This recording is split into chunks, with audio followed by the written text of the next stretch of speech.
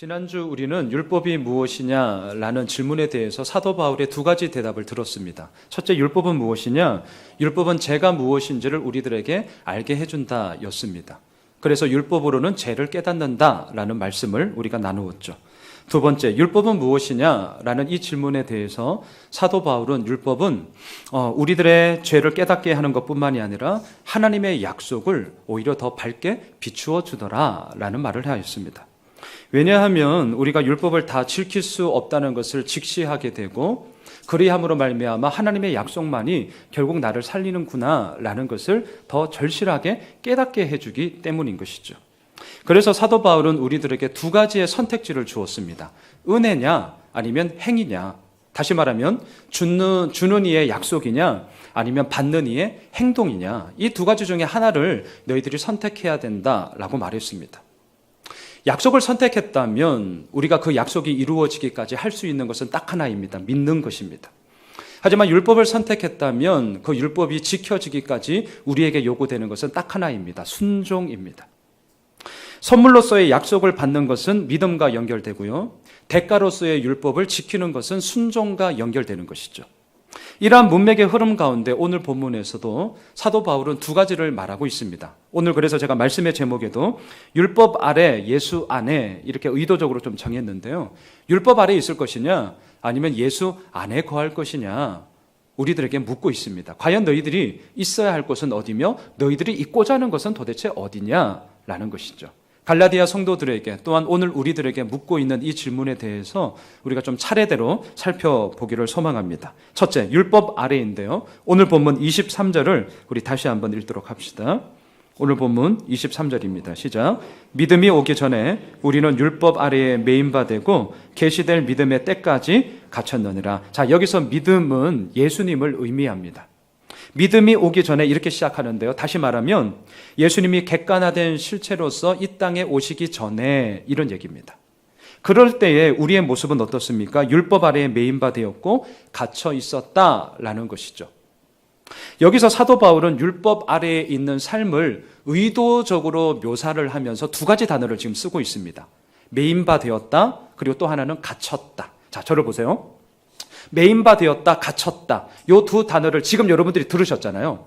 매인바 되었다, 갇혔다. 딱 내 머릿속에 떠오르는 공간적인 이미지가 있다면 어떤 곳입니까? 생각나는 곳. 감옥이죠, 감옥.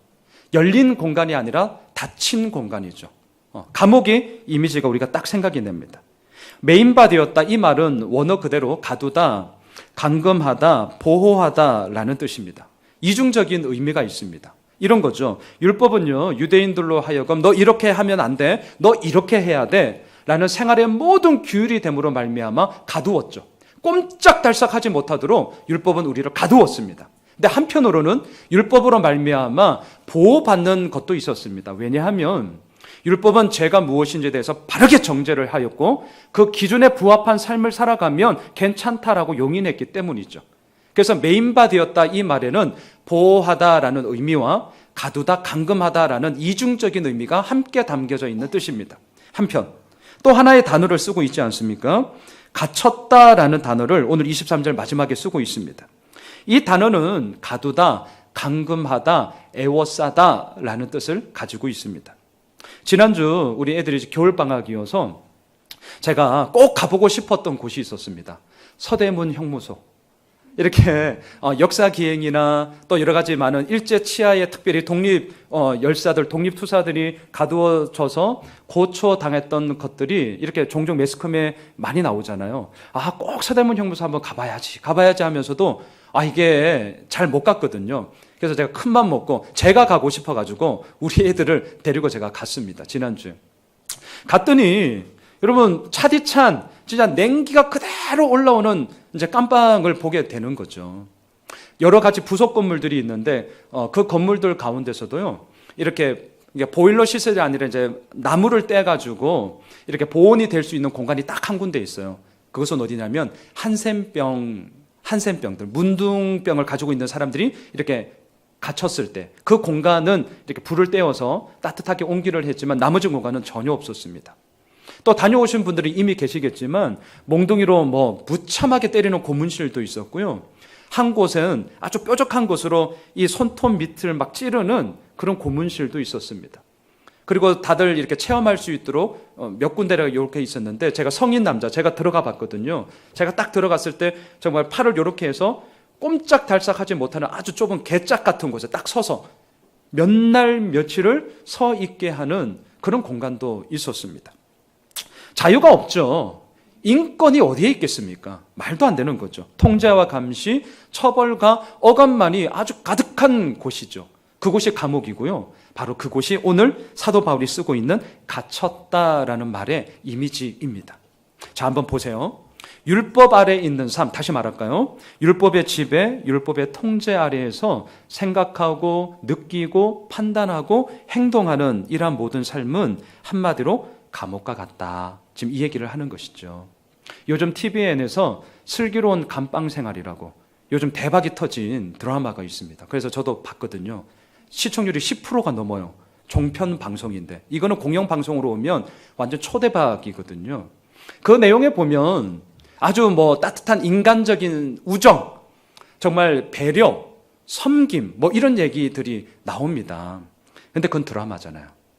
현실은 어떨까요? 감옥, 통제되고 서로 규제하고 처벌과 억압만이 가득한 곳에서 관계의 친밀함 나올 수 없습니다. 서로 간의 인격적인 나눔, 섬김과 배려, 이건 그냥 허울 좋은 얘기죠. 뭐만 있을까요? 저는 보상과 처벌이라는 단어가 딱 떠올랐어요. 보상과 처벌. 기준에 부합하면 보상하죠. 하지만 기준에 부합하지 않으면 처벌을 하게 됩니다. 그러다 보니 어떻습니까? 보상을 갈망하게 되고 처벌을 두려워하게 됩니다. 행하는 모든 일에 있어서 결국 보상과 처벌이 그 삶의 원동력으로 이루어진다는 것을 보게 되는 것이죠. 자, 우리가 매주일 이렇게 예배를 드립니다. 왜 예배를 드리는가? 하나님께서 주시는 보상을 바라기 때문에. 우리가 열심히 섬기고 이웃을 돕고 정말 최선을 다해서 교회를 위해서 열심을 다합니다. 왜요? 하나님께서 나에게 내려주시는 보상을 기대했기 때문에. 만약에 이러한 보상을 갈망하는 마음으로 우리가 무엇인가를 시작했다면 그것은 신앙생활뿐만이 아니라 우리들의 모든 일상에서 이루어지는 모든 삶의 이야기 속에서도 이 보상을 바라면서 우리가 뭔가를 얻고자 이렇게 시작을 했다면, 동기가 그거라면 좀 제가 단언하건대 아마 실망과 낙심으로 대부분 끝이 날 것입니다. 이유는 간단합니다. 우리가 기대하는 대로 하나님이 움직이지 않기 때문입니다. 우리가 원하는 대로 하나님이 움직이지 않기 때문입니다. 거꾸로잖아요. 하나님이 원하는 대로 우리가 움직여야죠. 하나님이 기대하는 대로 우리가 움직여야 되지 않겠습니까? 그런데 우리는 이게 죽이기 전도되어서 우리가 하나님을 조정하자고 하니, 그리고 은근히 무엇인가를 하면 그것에 대한 보상을 바라고 있으니 어찌 그것이 이루어지겠냐라는 것이죠. 반대의 경우도 있습니다. 매주일 예배를 드려요. 근데 왜 드리느냐? 하나님께서 예배 드리지 않으면 벌 내리실까 봐. 아니면 어려운 이웃을 열심히 섬기고 도왔어요. 왜요? 그렇게 하지 않으면 내가 하는 일이 잘 되지 않을까 봐. 제가 서울에서 목회를 할 때에 제자훈련을 제법 많이 했는데 지금도 생각나는 한 분이 계셔요. 제가 성장반을 할 때에 그 내용 가운데 예배라는 하나의 챕터가 있는데 우리가 왜 예배를 드리느냐에 대한 그런 동기에 대해서 우리가 나누거든요. 그때 한 권사님이셨어요. 저에게 이렇게 얘기를 했어요. 목사님, 제가 그동안 신앙생활을 하면서 주일을 단 한 번도 빼먹은 적이 없다는 거예요. 그러면서 진짜 내가 이렇게 열심히 신앙생활을 했는데 왜 그렇게 했을까라는 마음에 정말 깊은 한편에는 제가 지금 방금 말씀드린 이 예배를 빼먹으면 우리가 그냥 흔하게 좀 찝찝하기도 하죠, 물론. 그런데 더 나아가서는 여전히 내가 이 예배를 드리지 않음으로 말미암아 벌 받을까봐라는 한편의 그런 자유함, 그런 희망, 그리고 우리들에게 주시는 그런 은혜를 알면서도 불구하고 그게 여전히 남아있더라는 그런 얘기를 저에게 하셨어요. 제가 그래서 숙제를 내렸어요. 그 권사님에게. 어떤 숙제를 내렸을까요? 제가 눈을 떡떡히 보면서 권사님 저 보세요. 이렇게 하고 뭔 얘기를 했냐면, 권사님, 제가 목사로서 제가 보장하는데 다음 주 교회 나오지 마세요. 놀러 가세요. 제가 미친 얘기를 했죠. 근데 제 마음에 제가 왜 그 얘기를 했냐면 권사님의 그 마음, 진짜 이렇게 열심히 섬기고 너무 고맙죠. 하지만 그 여전히 한켠에 예배를 드리지 않으면 벌 받을까봐라는 그런 소위 좀 찝찝함이 있다는 그 말에 그게 아니다. 하나님께서 그런 분이 아니다. 믿음의 확신하에 제가 단언하건대 나오지 마세요. 다음 주에 저한테 걸리면 막 이러면서 얘기했거든요. 자, 그 권사님이 다음 주 오셨을까요? 안 오셨을까요? 왔죠. 교회 1층 로비에서 저를 만났어요. 제가 안내를 서는데 제와 눈이 딱 마주치자 저도 웃었어요. 이게 제 이 젊은 목사의 마음을 권사님이 아시는 거죠. 그래서 계속 이제 성장반을 하면서 그 부분에 대한 얘기를 나눴는데 여러분 어떻습니까? 우리가 예배를 드리지 않으면 하나님이 벌 내리실까봐 뭐죠? 이것이 바로 지금 갇혔다. 다시 말하면 보상과 처벌로 인하여서 우리들 삶에 움직이는 이러한 원동력들이 진짜 많이 있다라는 거죠. 이것이 바로 율법 아래에 매인바되고 갇혀있는 삶의 전형적인 모습입니다.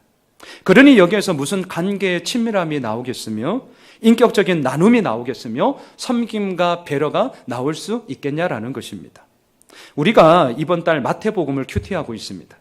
지난 수요일 큐티 본문이었는데요. 여러분 앞에 스크린을 한번 보시죠. 마태복음 5장 23절 24절 우리 같이 읽어볼까요? 시작.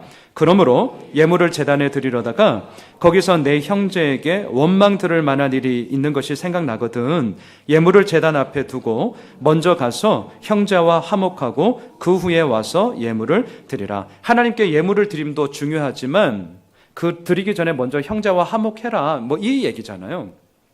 그런데 이 말씀 앞에 무슨 내용이 있냐면 이런 거예요.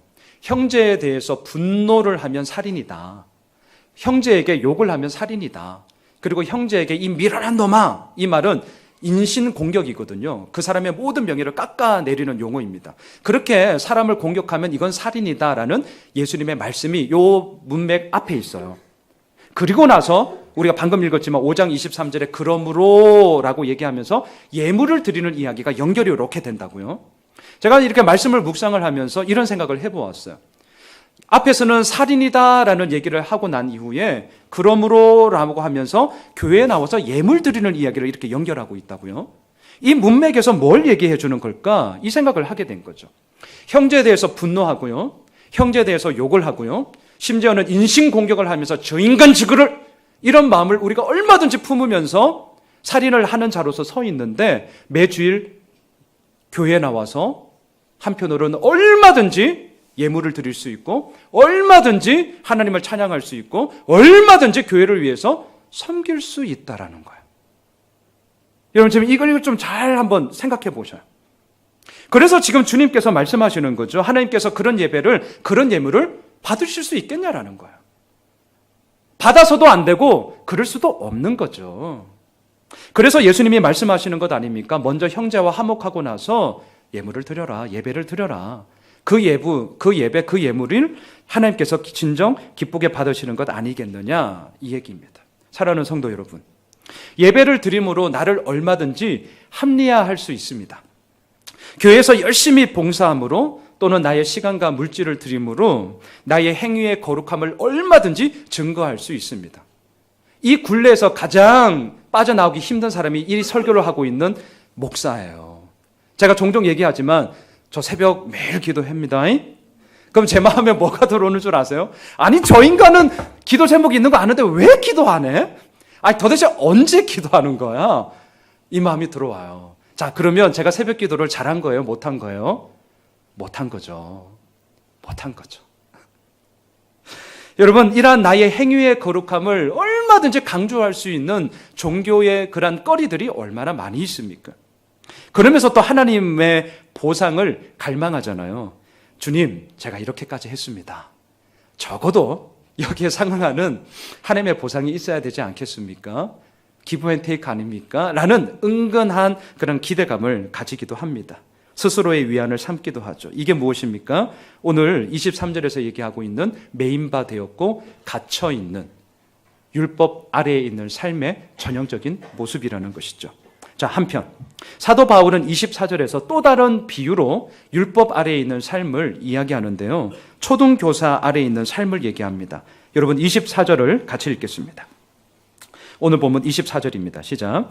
이같이 율법이 우리를 그리스도께로 인도하는 초등교사가 되어 우리로 하여금 믿음으로 의롭다함을 얻게 하려 함이라. 초등교사, 헬라어로 파이다고고스라는 단어입니다.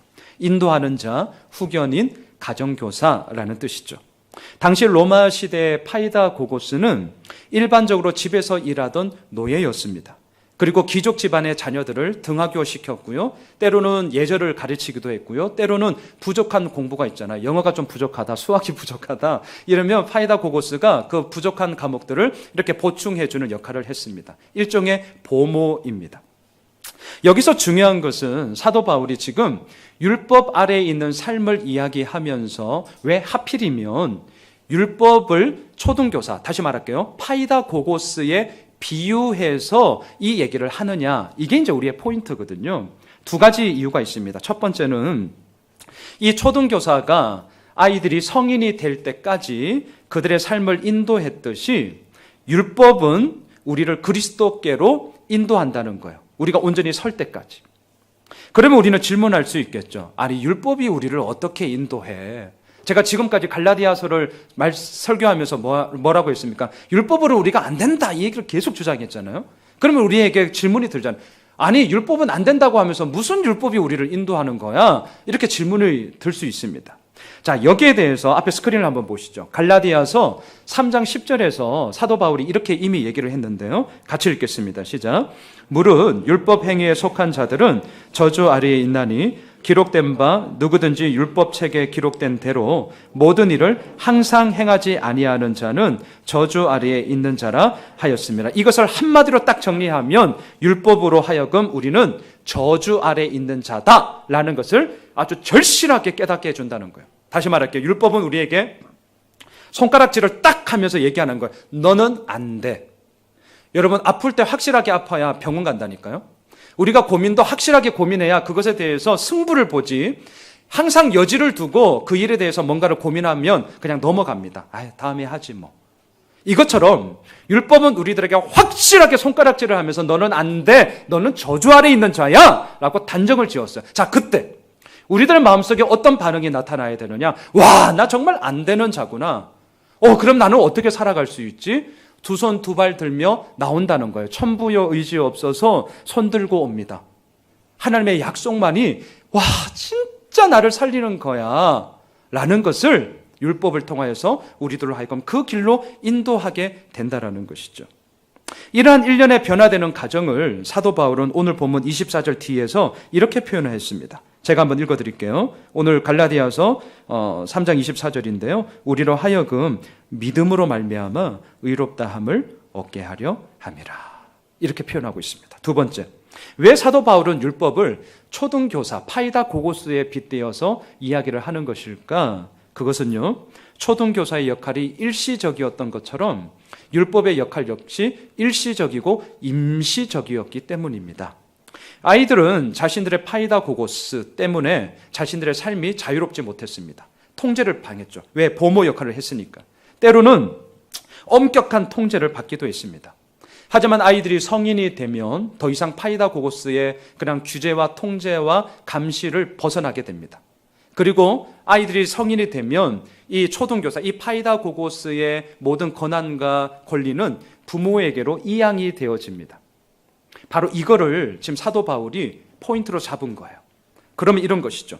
더 이상 율법이 우리를 그리스도께로 인도를 하는데 그것으로 율법의 역할은 끝난다라는 거죠.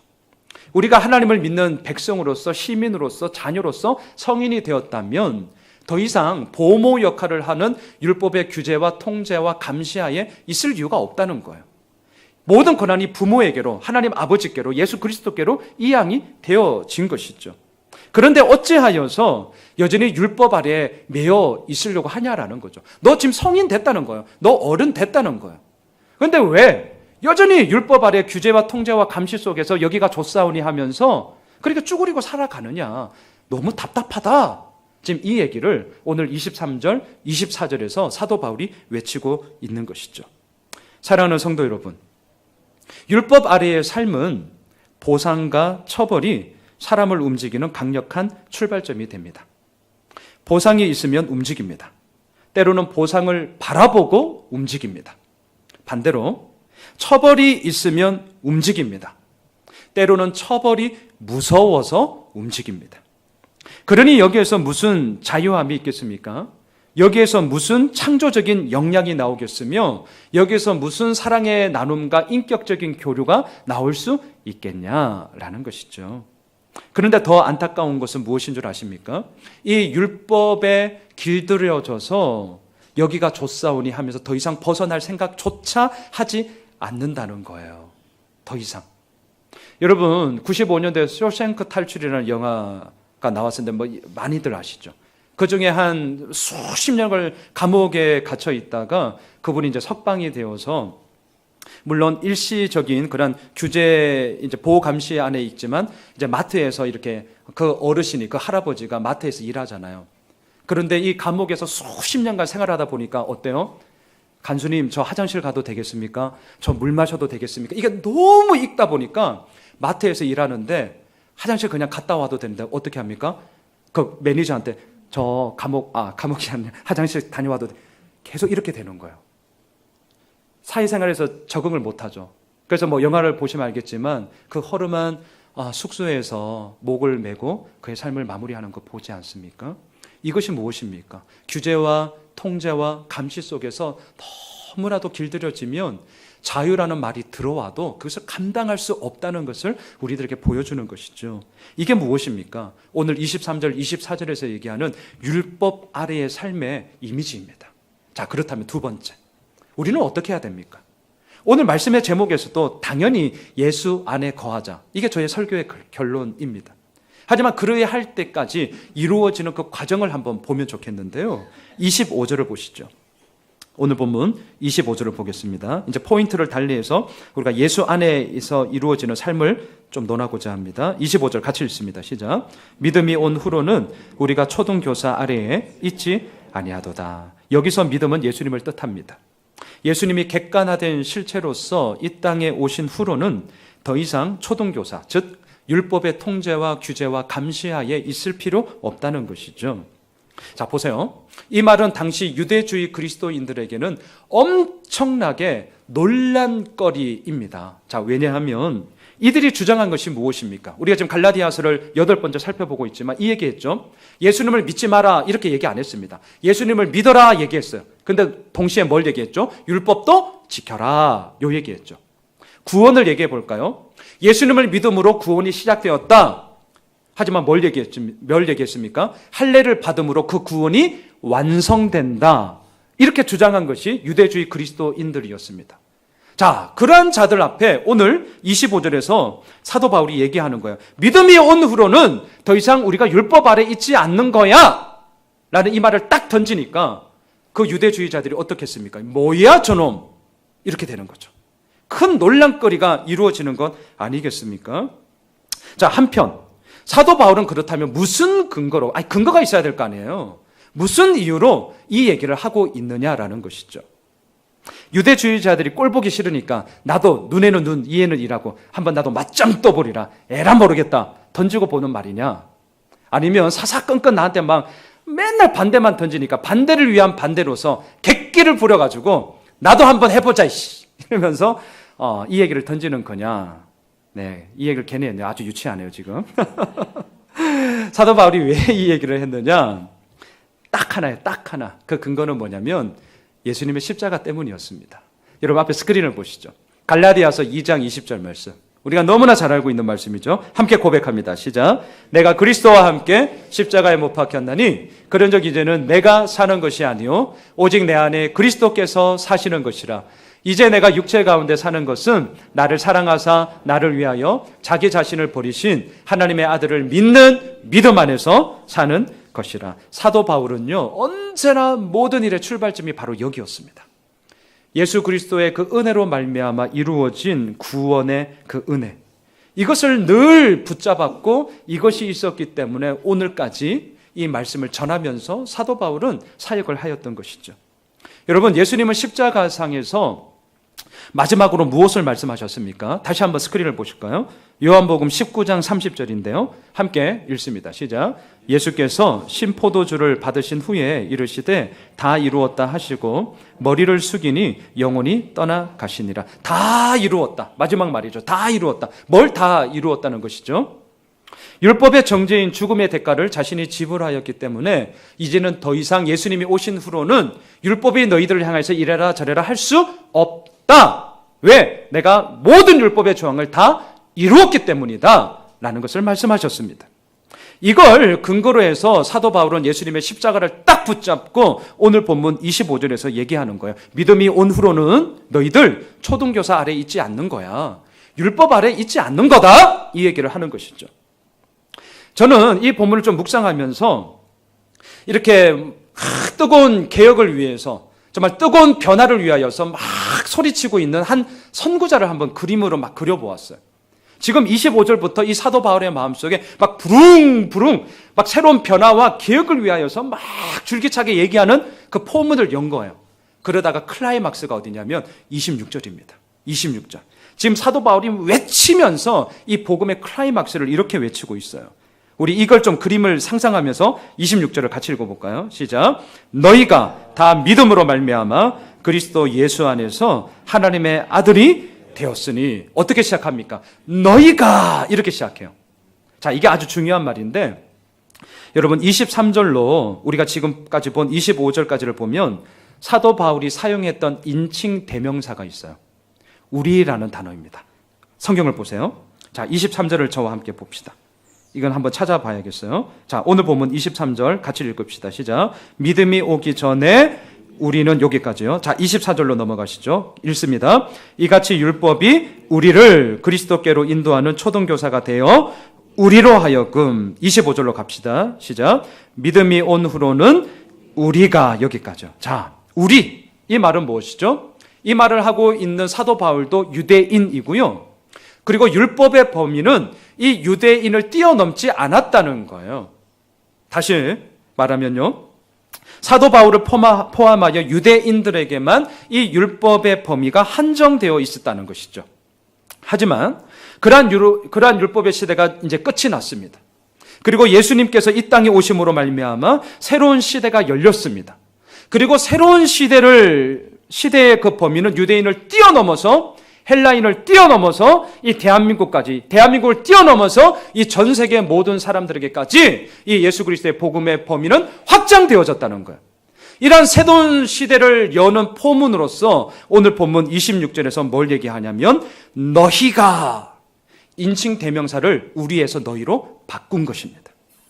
여러분 너희는 누구입니까? 1차적으로는 이 편지를 받고 있는 갈라디아 성도들이겠죠. 하지만 너희는 누구입니까? 2018년 1월 14일 오늘 예수 호미술교회 2부 예배를 드리고 있는 오늘 이 말씀을 나누고 있는 우리들이겠죠. 자, 사도 바울은 너희가 라고 부르면서 새로운 시대를 열었어요. 그리고 그 새로운 시대를 출발하는 시작점을 어디에 두고 있는지 26절을 잘 보세요. 자, 너희가 다 그러면서 뭐라고 그러죠? 믿음으로 말미암아. 이것이 새로운 시대의 출발점이라는 거야. 마치 1517년 마틴 루터가 95개조의 반박문을 내걸면서 세 가지를 외쳤잖아요. 오직 은혜, 오직 말씀, 오직 믿음. 이것을 주창하면서 종교개혁의 포문을 연 것 아니겠습니까? 깜깜한 어둠 속에 한 줄기 빛이 내려지는데 너무나도 깜깜하니까 그 한 줄기 빛이 너무나 강력한 거예요. 바로 그것처럼 오늘 이 말씀은 믿음으로 말미암아 이렇게 이루어진다는 것이죠. 왜냐하면 그동안 모든 사람들은, 모든 유대인들은 뭘 얘기했습니까? 행위로 말미암아 이 얘기를 했잖아요. 행위로 말미암아.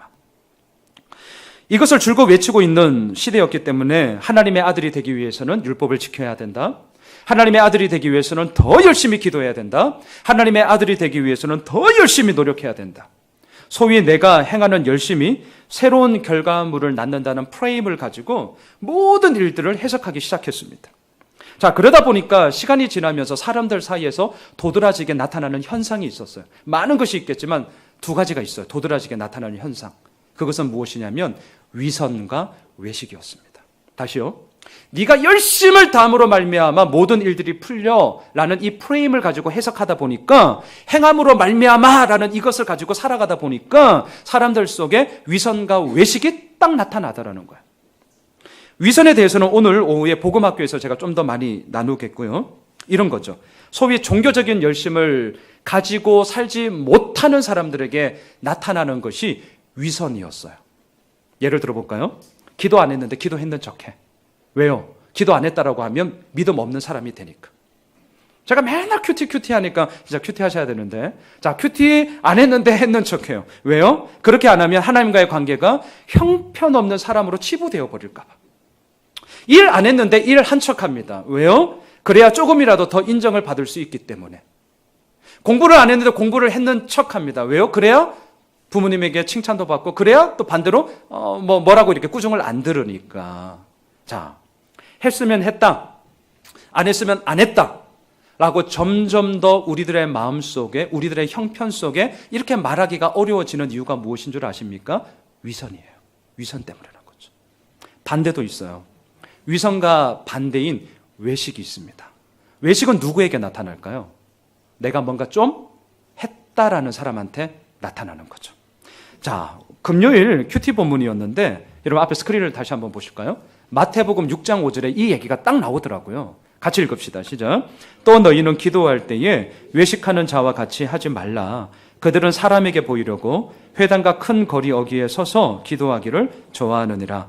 내가 진실로 너희에게 이르노니 그들은 자기 상을 이미 받았느니라. 여러분, 기도란 헬라어로 프로시코마이입니다. 프로스, 향하다, 방향을 뜻하고요. 유코마이, 원하다 라는 이 두 단어의 합성어입니다. 다시 말할까요? 기도는 오직 하나님 한 분만을 향하여서 간절히 원함, 하나님 한 분만을 향하여서 간절히 소원함, 이게 기도의 의미입니다. 그래서 당시 유대인들은 하루에 3번 기도 시간을 정했습니다. 오전 9시, 낮 12시, 오후 3시. 여러분, 우리 이번 한 주간의 일과를 한번 돌아보세요. 얼마나 바쁘게 사셨습니까? 진짜 열심히 우리들을 살고 있죠. 직장에서 정신없이 일하다 보면 벌써 하루가 이렇게 다 지났네. 아니면 우리 가정주부들은 어떻습니까? 요즘은 뭐 아이들이 방학이어서 아침 시간에 조금 여유가 있겠지만 학교 다니면 정신없이 아이들 깨우고 밥 먹이고 또 이렇게 학교 보내고 또 이제 남아있는 집안일 하다 보면 우리가 얘기하죠. 벌써 하루가 다 갔어. 저도 그래요. 저도 이렇게 주일이 지나고 이제 좀 이렇게 시간의 여유를 가지고 있으면 어느샌가 또 주일이 되면 또 설교 준비해야 되잖아요. 벌써 또 주일이네? 이런 거죠. 우리가 이렇게 시간이 막 가거든요. 똑같아요. 그때 당시의 유대인들이나 2018년 대한민국을 살아가고 있는 우리들이나 바쁜 거는 똑같더라고요. 바쁘다. 여유 없다. 이건 다 똑같아요. 자, 그러니 유대인들이 이렇게 하루에 3번 기도 시간을 정한 것 얼마나 대단합니까? 이유가 무엇입니까? 그렇게 바쁘게 살아가는 시간 속에서도 나 하나님을 향하는 나의 원함, 나의 마음을 드리겠다는 거잖아요. 단 1분이라도, 단 10분이라도 내가 정신없이 살아가는데 거기에 함몰되는 게 아니라 나 하나님께 기도하겠다. 얼마나 대단합니까? 근데 문제는 뭐예요? 이러한 좋은 동기로 시작했던 이 모든 기도의 시간들이 시간이 지나니까 어떻게 변질되었습니까? 하나님을 향하는 나의 마음, 나의 원함이 없어지고 아까 우리가 6장 5절에서 읽었던 것처럼 사람에게 보이려고 이게 들어오게 되더라는 거죠. 누구에게 이게 들어옵니까? 기도 좀 했다는 사람에게. 제가 늘 말하잖아요. 저 새벽기도 했다는 거죠, 제가. 그래서 기도 안 하셔요? 이런 기도했다는 거죠. 그럼 잘못한 거죠. 물론 이 기도는. 이처럼 뭔가를 한 사람에게 외식이 나타남으로 말미암아 그동안에 모든 쌓아놓았던 것을 와르르 무너뜨리게 되어지는 그러한 연약함을 보게 됩니다. 기도로 자신을 합리화하죠. 기도라는 행위의 거룩함을 강조하면서 스스로를 드러냈습니다. 이게 무엇입니까? 외식이죠. 자, 보세요. 제가 왜 지금 위선과 외식을 얘기하느냐? 행함으로 말미암아라는 이 프레임을 가지고 우리가 무슨 일을 하든지 간에 결국 이 현상으로 나타나게 된다는 거예요. 부부 관계는 어떻습니까? 우리가 자녀를 양육하는 관계는 어떻습니까? 네가 잘하면 내가 줄 거야. 보상이죠. 너 못하면 처벌이죠. 보상과 처벌의 이 원리, 그리고 행함으로 모든 것을 따지고자 한다면 그러면 병폐가 나타나요. 아이들은 안 했는데 했는 척 한다니까요. 그리고 좀 하면 내가 이걸 했어요. 외식을 하게 됩니다. 지금 이걸 얘기하는 거죠. 이러한 시대의 모든 흐름들 속에서 오늘 사도 바울이 26절에서 외치는 거예요. 그거 아니다는 거예요. 그걸 깨버리는 거죠. 그리고 말합니다. 너희가 이렇게 시작하는 거예요. 예수 그리스도로 말미암아 새로운 시대가 열렸다. 그리고 그 모든 범위가 너희들에게 다 이루어지는데 그 다음 첫 번째 무엇을 스텝으로 밟아 나갈 것이냐? 믿음으로 말미암아. 이게 이루어진다는 것입니다. 지금 사도 바울은요, 이 이야기를 여기서 멈출 수가 없었어요. 제가 앞서 지금 상상하자 했죠. 한 사람이 이 변화와 개혁을 위해서 막 뜨겁게 지금 주장하는 지금 그 장면을 보셔야 돼요. 26절에서 막 지금 뜨거워서 막 쏘아냈어요. 여기서 멈출 수가 없어요. 셋불도 당김에 빼라고 막 몰아가고 있어요. 어떻게 몰아가느냐? 예수 그리스도를 믿음으로 말미암아 우리가 예수님과 하나가 되었고 그리스도로 옷 입은 자다. 이 얘기를 하고 있어요. 27절을 보세요. 제 얘기가 아니고 사도 바울의 이야기입니다. 자, 27절 같이 읽겠습니다. 시작. 누구든지 그리스도와 합하기 위하여 세례를 받은 자는 그리스도로 옷 입었느니라. 세례란 예수 그리스도를 내 삶의 주인으로 고백합니다 라는 사람에게 베푸는 외적인 표징이죠.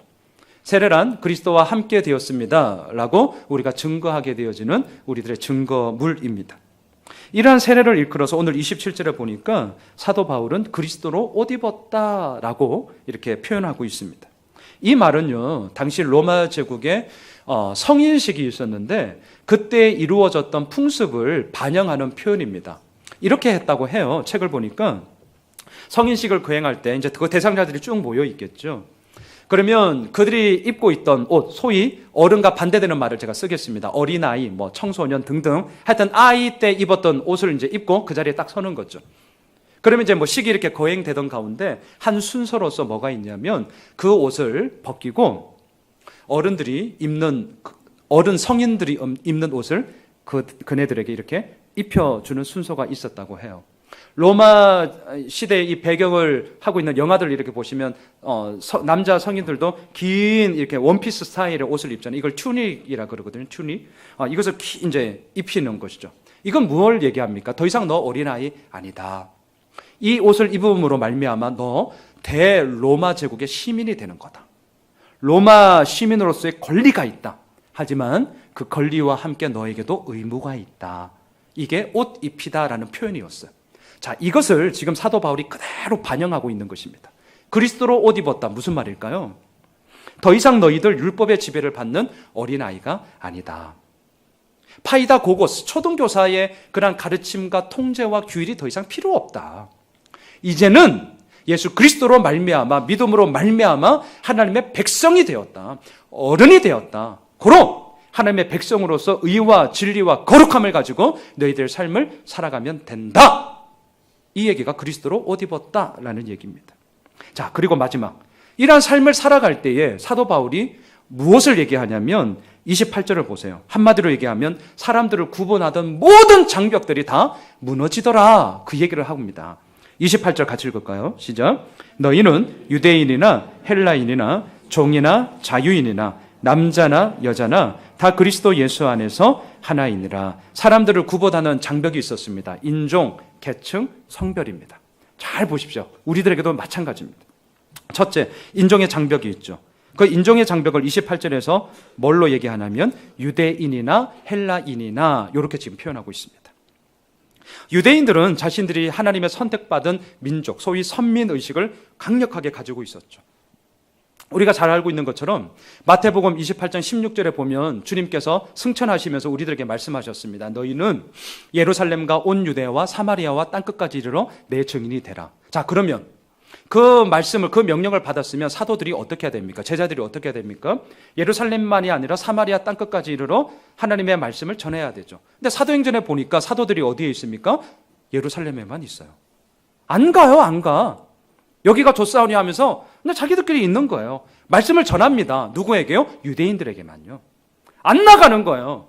그래서 하나님이 어떻게 하십니까? 사도행전 12장에서 최초의 순교자가 나오잖아요. 누가 죽죠? 야고보 사도가 죽어요. 그것이 하나의 기폭제가 되죠. 그리고 그것으로 말미암아 흩어지게 되죠. 그때서야 예루살렘을 겨우 벗어나요. 기껏해야 유대까지 갔죠. 왜? 유대인들이 있으니까. 사마리아로 안 가는 거예요. 왜요? 헬라인, 이방인들이 있으니까요. 그네들은 하나님의 선택받은 민족이 아니니까요. 이 프레임이 이 제자들에게도 꽉 차 있었어요. 여러분, 이 인종의 장벽의 프레임이 강합니다. 이 호메실은 제가 잘 못 봤는데요. 향남 바라네만 해도 외국인 근로자들이 너무 많습니다.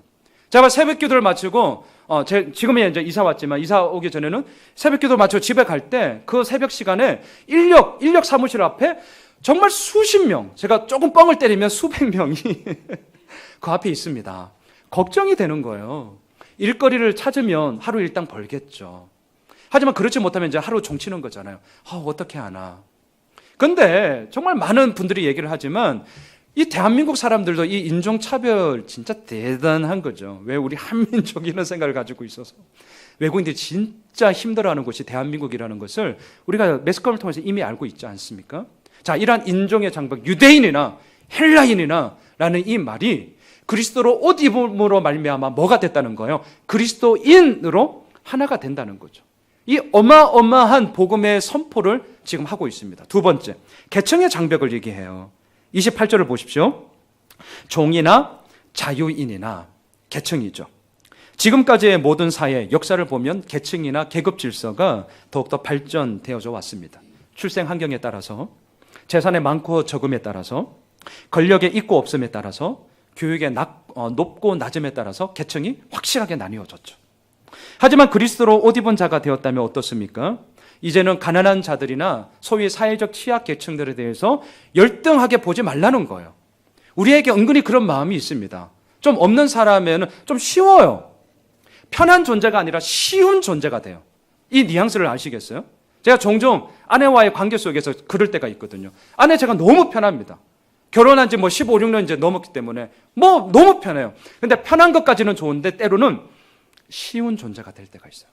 쉬운 존재가 딱 될 때 제 마음속에 뭐가 오는 줄 아세요? 함부로 얘기해요. 함부로. 그리고 내 주장을 그냥 확 다 쏟아내죠. 무조건 그냥 나 따라오면 된다. 이게 쉬운 존재로 여기는 거죠. 자, 이처럼 종이나 자유인이나 없는 자에게, 사회적 취약계층들에게 우리의 마음속에는 편한 것까지는 네 좋아요. 하지만 쉽게 봐요. 반대로 있는 자, 가진 자에 대해서는 어떻게 봅니까? 와, 이렇게 볼 때도 있고요. 또한 역사를 볼 때 사회주의자들이 특별히 우리 대한민국의 초반에도 그런 혼란이 있었잖아요. 사회주의와 이 민주주의, 자유주의가 대립이 될 때 사회주의자들이 이 남한에 왔을 때 뭘 했습니까?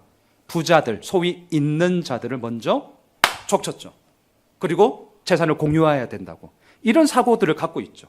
가진 자를 붕괴의 대상, 멸시의 대상, 무너뜨림의 대상으로 봐서도 안 된다는 거예요. 종이나 자유인이나 그리스도로 옷 입은 자라면 그 그리스도 안에서 하나가 된다는 거죠. 이건 정말 엄청난 이야기입니다. 세 번째, 성별의 장벽을 깨겠다는 거예요. 28절에 보세요. 남자나 여자나.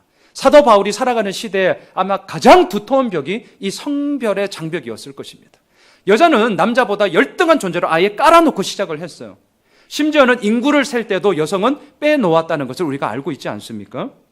이러한 사고의 잔재가 오늘날에도 뜨거운 논쟁거리가 되고 있죠. 분명한 것은 어떠한 경우이든 간에 성의 이 차별은 없어야 되죠. 이유는 간단합니다. 성경적으로 말하면 간단해요. 어려운 것도 없습니다. 왜요? 남자나 여자나 둘 다 하나님의 형상이기 때문입니다. 둘 다 하나님으로부터 지음받은 존재이기 때문입니다. 고로 그리스도로 옷 입었다. 그 모든 그리스도 안에서 성별의 장벽, 인종의 장벽, 계층의 장벽은 무너진다. 이 얘기를 하고 있습니다. 그리하므로 사도 바울은 29절에서 마지막 이렇게 얘기합니다. 29절 읽을까요? 29절입니다. 시작. 그리스도의 것이면 곧 아브라함의 자손이요 약속대로 유업을 이을 자니라. 그리스도 안에 있을 때에 이 약속을 유업으로 이을 자가 된다는 것이죠. 말씀을 정리하겠습니다. 오늘 본문에는 예수 그리스도로 꽉 차 있습니다. 23절로 29절 총 7절에 이루어진 본문인데 이 7절 가운데 그리스도라는 말이 무려 6번 반복되고 있습니다. 이것은 무엇일까요? 사도 바울이 갈라디아서를 쓰면서 자신의 삶에 이미 그리스도로 꽉 차 있었기 때문입니다. 사랑하는 우리 예수 호미실 가족 여러분, 2018년도를 시작하면서 우리 역시 이 예수 그리스도로 진짜 꽉 차 있기를 진심으로 소망합니다. 더 이상 율법 아래에 있지 마십시오. 율법 아래에 있으면 보상과 처벌이 강력한 동기가 될 것입니다. 행위로 말미암아라는 이 프레임을 가지면 위선과 외식이 덕지덕지 우리들 삶에 붙을 밖에 없어요. 다른 게 없다니까요. 무엇입니까? 그리스도 안에 거하라는 거죠. 그리스도 안에 거한다는 것이 무엇입니까? 믿음으로 말미암아라는 거예요. 여러분, 우리의 삶을 돌아보십시오. 작년을 한번 돌아보십시오. 물론 우리가 열심을 했죠. 최선을 다했죠. 그건 당연한 것이죠. 하지만 그 모든 것을 이끌어가게 하신 하나님의 은혜에 대한 우리들의 감사함의 반응이 사라지는 한 우리는 오늘도 어김없이 받죠. 이렇게 된다는 것입니다. 바라기는 진짜 예수 그리스도 안에서 누리는 자유함이 있기를 소망합니다. 믿음으로 말미암아 이루어지는 기쁨, 감사, 희망이 우리들 삶을 정말 움직였으면 좋겠습니다. 그리고 우리 예수 호면실교회 이제 5개월째 들어섭니다. 2018년도가 정말 기대가 됩니다. 무엇보다도 우리 교회를 통하여 이 예수 그리스도로 말미암아 믿음으로 말미암아 이루어지는 하나님의 역사의 이야기가 써내려져 가는 그런 귀한 은혜가 있길 주님의 이름으로 축원합니다.